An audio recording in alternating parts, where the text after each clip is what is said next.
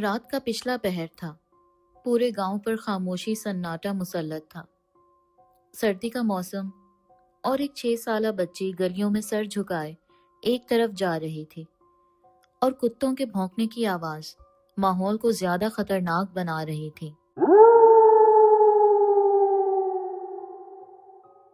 لڑکی مسلسل نظریں جھکائے ماحول سے بیگانہ اپنی منزل کی طرف رواں دواں تھی۔ میں اس لڑکی کے پیچھے پیچھے تھا اور حیران تھا کہ اتنی کم عمر بچی اس وقت کہاں جا رہی ہے۔ میں نے اس کو آواز بھی دی، لیکن اس نے میری آواز نہ سنی۔ جب قبرستان والی گلی آئی تو اس نے گردن گھما کر میری طرف دیکھا اور لپک کر قبرستان میں داخل ہو گئی۔ جیسے ہی وہ بچی قبرستان میں داخل ہوئی تو میں نے ایک پراسرار سایہ اس کی طرف آتے دیکھا، جو اس بچی کے پاس آ کر رک گیا۔ بچی ایک پرانی قبر کے پاس جا کر رک گئی اور قبر کے اندر دیکھنے لگی۔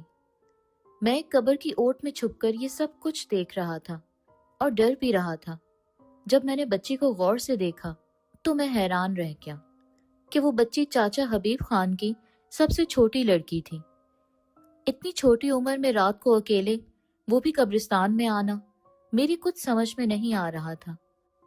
یہ سب کچھ کیا ہے اور کیوں ایسا ہو رہا ہے؟ چاچا حبیب خان گاؤں کے ایک نیک بزرگ تھے۔ وہ اکثر مسجد میں ہی رہتے تھے۔ ہمارے گاؤں میں پہلے بھی ایسے چھوٹے موٹے واقعات ہوتے رہتے تھے، لیکن جو میں نے خود دیکھا اور میرے ساتھ جو واقعہ پیش آیا وہ میرے لیے ناقابل برداشت تھا۔ ان دنوں میرا پیشہ چوکیداری تھا، لہٰذا میں رات میں چوکیداری کرتا تھا اور میں اس رات بھی اپنا فرض نبھا رہا تھا۔ خیر، جب میں یہ منظر قبرستان میں دیکھ رہا تھا تو میرے اوزان خطا ہو رہے تھے کہ اچانک وہ سایہ غائب ہو گیا اور وہ بچی بھی آہستہ آہستہ قدم اٹھاتی ہوئی واپس لوٹنے لگی، اور میں بھی اس بچی کے پیچھے پیچھے چل دیا۔ جب چاچا کا گھر آیا تو وہ بچی دیوار پر اس طرح چڑھی کہ جیسے کوئی بندر کسی درخت پر چڑھتا ہے۔ یہ دیکھ کر مجھ پر لرزہ طاری ہو گیا، اور پھر میں پہرا دیے بغیر اپنے گھر لوٹ آیا۔ پہلے میں نے سوچا کہ چاچا کو یہ سب کچھ بتا دوں، لیکن میں کچھ بھی بتائے بغیر ہی گھر لوٹ آیا۔ میں بہت ڈرا ہوا تھا۔ اس رات میں خوف سے سو بھی نہ سکا۔ جب صبح ہوئی تو میں چاچا حبیب کے گھر گیا اور چاچا کو رات والے واقعے سے آگاہ کیا، تو چاچا یہ سن کر حیران اور پریشان ہو گئے اور کچھ سوچنے لگے، اور پھر کہنے لگے، یہ کیسے ہو سکتا ہے؟ بچی تو رات کو میرے ساتھ تھی۔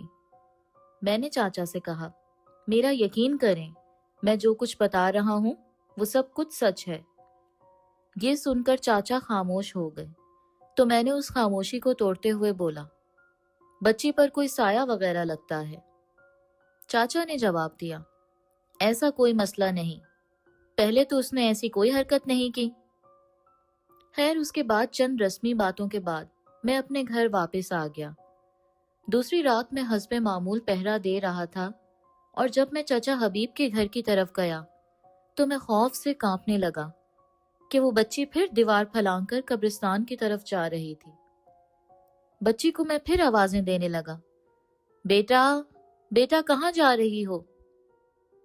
بچی نے میری طرف خوفناک انداز میں دیکھا اور بنا کچھ بتائے چلنے لگی۔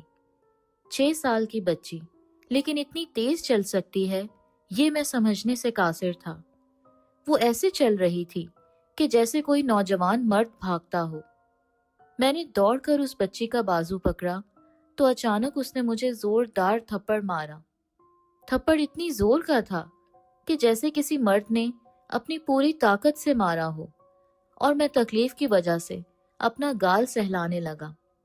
وہ مجھے تھپڑ مار کر پھر آگے بڑھنے لگی، اور پھر میں بھی ہمت کر کے اس کے پیچھے چل پڑا۔ آج پھر وہ اسی قبر کے قریب جا کر کھڑی ہو گئی اور قبر کے اندر دیکھنے لگی۔ آج پھر وہ سایہ بچی کے قریب کھڑا تھا، اور بچی مسلسل نظریں جھکائے کھڑی تھی، اور سایہ ہاتھ ہلا کر اشاروں سے کچھ کہہ رہا تھا۔ تقریباً 4 منٹ اشاروں کا یہی سلسلہ چلتا رہا، اور پھر بچی نظریں جھکائے واپسی کے لیے مڑی تو سایہ بھی قبر میں داخل ہو گیا۔